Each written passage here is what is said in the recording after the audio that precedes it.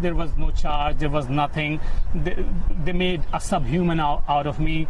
They took me from one center to other, not letting my family know, not letting me know that I have attorneys. That's Badar Khan Sori, the Georgetown University scholar who was freed from ICE custody this week after months in detention. A judge saying the government failed to provide sufficient evidence against him and violated his First Amendment right to free speech. The Department of Homeland Security says Khan Sori spread Hamas propaganda and promoted anti-Semitism online. Allegations he denies. Joining us now is Badar Khan Sori's attorney, Eden Heilman, who is also the legal director for the ACLU of Virginia.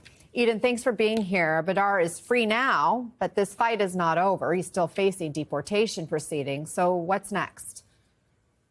Yeah, so he actually has proceedings happening concurrently in two different courts. He's got his immigration proceedings where the government is attempting to remove him from the country, and we have immigration attorneys working with him to fight those removal proceedings. And then we have his habeas corpus case, which is the one that's in federal court.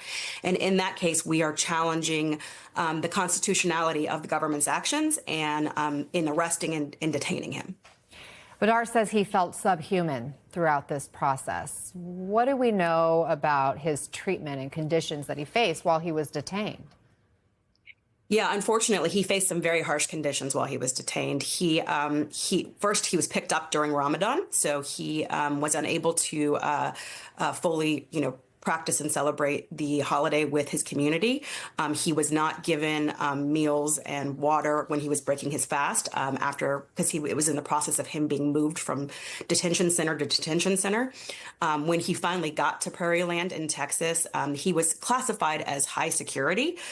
So he was put in a particular red jumpsuit and was put under very heavy restrictions, including only 2 hours a week of recreation or outdoor time. He also was put in a really overcrowded unit where we understand that there was, 50-some people in a 36-person unit. He was originally given a cot on the floor of the TV room to sleep on. So yeah, he faced some really incredibly difficult conditions while he was there. Did they give a reason why he was placed in high security?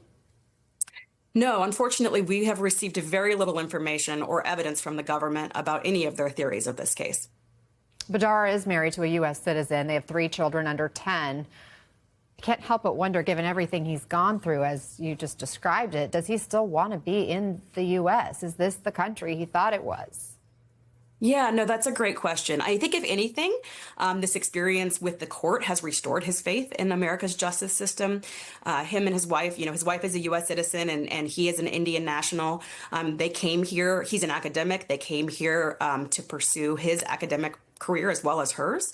And they really truly believed that the U.S. would be a place where they could raise their children in a welcoming environment that was, tolerant of various religions and beliefs. And they were shocked that this has happened to them. But at the same time, I think, given the recent court decision, he is feeling a renewed sense of justice in this community and in the U.S. courts. Again, we mentioned how the Department of Homeland Security is claiming that he spread Hamas propaganda, that he's promoting anti-Semitism online. What say you to those charges? Yeah, we have not seen what the government is saying, particularly is the Hamas propaganda that he is supporting or posting online. And again, the First Amendment protects speech and political speech at a heightened level. And so when somebody engages in political speech about what they believe, the government is doing that could be illegal or problematic, that is deserving of the most protection. And the government here has not indicated to us or to Dr. Suri, what particularly they are finding to be Hamas propaganda or promotion of anti-Semitism. Your client is one of a few scholars who judges have granted release. We've been following other cases, including that of Tufts student Ramesa Ozturk and Columbia student Mohsen Madawi, who've also been released as their cases proceed. It took months for each of these cases just to get to this point. How long could it take for these habeas petitions to be resolved? Yeah, all of the cases are actually proceeding using kind of different mechanisms, or different things have been priorities in those cases. Immigration cases, so let me say this first about his immigration case, could take years potentially. So you have the underlying immigration case that can be appealed and then on up through the federal court system. His habeas case is similar. So right now, we just found out last night the government, has filed their notice of appeal of the judge's decision based on his release yesterday. So that appeal will go up through the courts as well, and then likewise, we will continue to litigate the underlying habeas case. The most important part, though, is that he's free.